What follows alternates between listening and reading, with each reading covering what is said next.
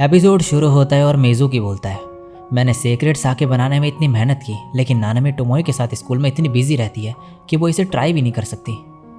टोमोई 24 घंटे नानामी के साथ रहता है और यहाँ मुझे थोड़ा भी टाइम साथ में बिताने को नहीं मिलता।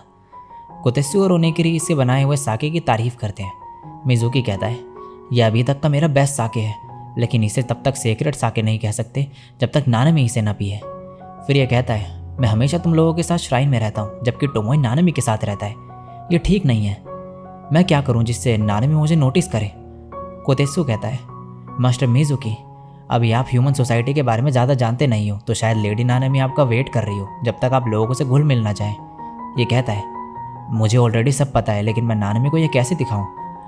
कोतेत्सु टीवी पे कुरामा कॉन्सर्ट दिखाता है और कहता है, अगर आप इसकी तरह ह्यूमन सोसाइटी से घुल मिल जाए तो कुछ बात बन सकती है। मिजुकी बोलता है, इतने सारे लोग इसके लिए क्यों चीयर कर रहे हैं? ये दोनों बताते हैं कि कुरामा को ह्यूमंस के बीच रहते हुए और परफॉर्म करते हुए 17 साल हो गए हैं और नानामी भी उसकी फ़ैन थी। मिजुकी मन में बोलता है, जो टेंगू अपना माउंटेन टेम्पल छोड़ देता है उसके पास डिवाइन फेवर नहीं होता है, तो वो बिग स्पेल्स भी कास्ट नहीं कर सकता। तो आखिर कुरामा कौन सा योगाई पावर यूज़ कर रहा है? फिर ये बोलता है, यहाँ पे मैं बोर हो रहा हूँ तो मैं कुरामा से मिलने जा रहा हूँ। सीन शिफ्ट होता है। मिजुकी कोतेत्सु के साथ यहाँ पर शहर में होता है। ये कहता है, जब मैं पहले आया था तब तो इतनी नेगेटिव एनर्जी यहाँ पर नहीं थी। कोतेत्सु कहता है, लोग इसे ऐसे ही डीमन कैपिटल नहीं कहते हैं। मिजुकी कहता है, कुरामा कोई टोरानोमन नाम की जगह पे रहता है, हमें वो जगह ढूंढनी होगी। तभी एक लड़की यहाँ पर आती है और फिर ये लोग एक रूम में होते हैं जहाँ पे दो लड़कियाँ ज़बरदस्ती इसे स्टिकर्स खरीदने को कहती है और फिर एंड में ये ले लेता है। नेक्स्ट सीन में ये बाहर रोड पे होते हैं और कहता है, वो सब बहुत डरावना था, ईसोही में भी ऐसे इनकी तरह नहीं करती है। कोतेत्सु कहता है, हमने श्राइन के सारे पैसे भी खत्म कर दिए हैं। मिजुकी फिर एक लड़के के पास जाके पूछता है कि टोरानोमोन कहाँ पर है, लेकिन ये बताने के बजाय लड़का इस पर चिल्लाने लगता है। मिजुकी बोलता है, क्या तुम मुझे डराने की कोशिश कर रहे हो? और फिर ये अपने स्नेक निकालता है, जिससे ये लोग डर के भाग जाते हैं। तभी आसपास के लोग भी स्नेक को देखकर चिल्लाने लगते हैं और पुलिस जो है मिजुकी के पीछे पड़ जाती है, तो ये भाग के यहाँ से चले जाता है। नेक्स्ट सीन में मिजुकी टैक्सी में होता है। ड्राइवर इससे पैसे मांग रहा होता है, लेकिन इसमें पैसे होते ही नहीं है, तो ये इसे बदले में स्टिकर दे रहा होता है, लेकिन ड्राइवर मना करता है। तभी कुरामा मिजुकी को देखता है और इसके पास जाता है। मिजुकी इसे हक करता है और कहता है, प्लीज़ ये टैक्सी ड्राइवर को पैसे दे दो।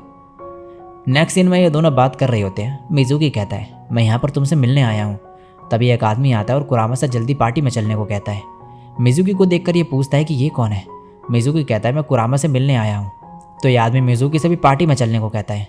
कुरामा ये सब बोलने को मना करता है, फिर भी ये मिजुकी को चलने को कहता है। तो कुरामा बोलता है, तुमसे मैंने मना करा ना, आखिर तुम मैनेजर किसके हो?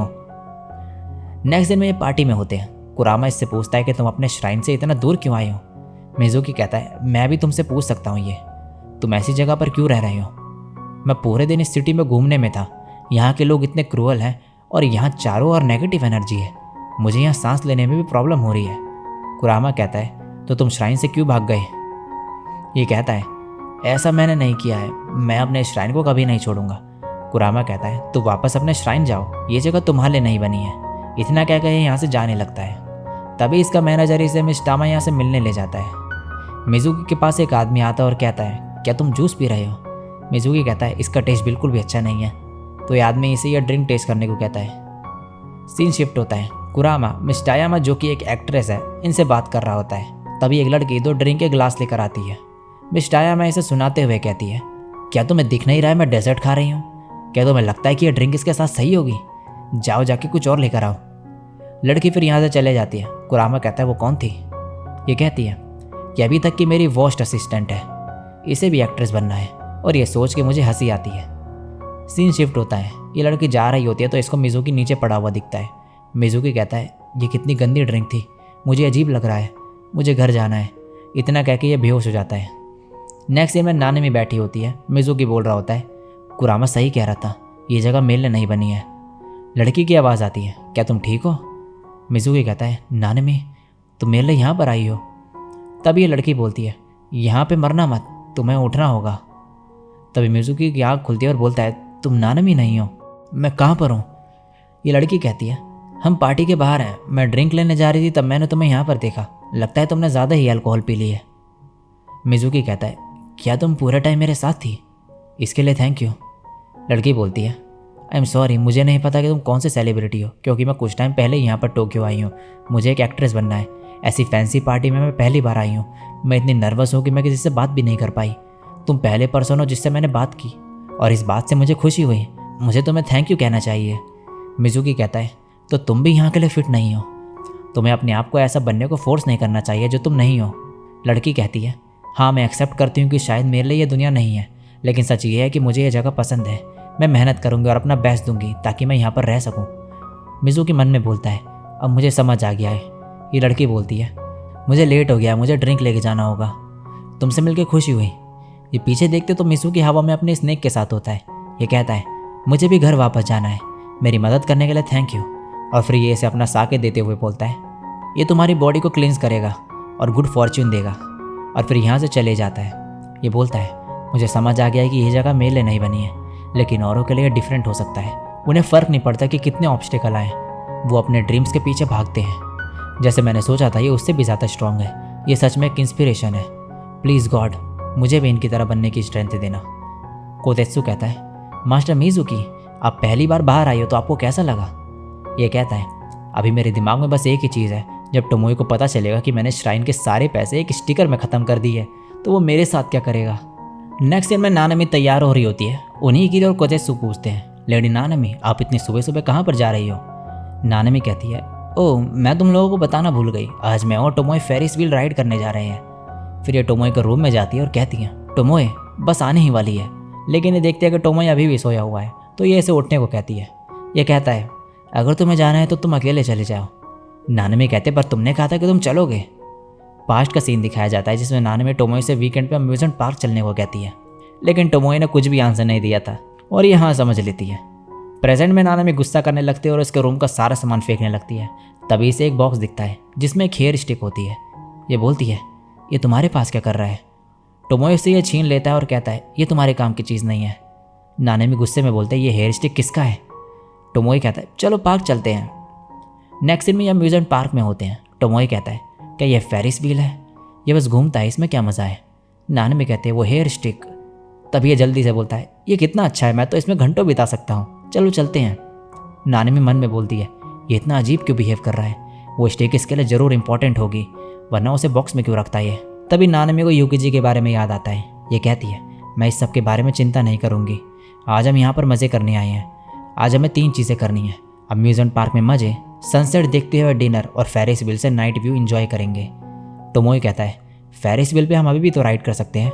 ये कहती है, फेरिस व्हील रात के लिए होता है, उस वक्त रोमांटिक व्यू होता है। तभी यहाँ पर कुछ लड़कियाँ आती है और टोमोई के साथ फ़ोटो खिंचवाने के लिए पूछती हैं। टोमोई इस लड़की की हैट को सही करता है। ये लड़की मन में बोलती है, क्या इसे पता नहीं कि यह हैट ऐसे ही पहनी जाती है? ये टोमोई से हेल्प के लिए थैंक यू बोलते हैं, लेकिन फिर भी टोमोई कहता है, हेल्प करके मुझे खुशी हुई।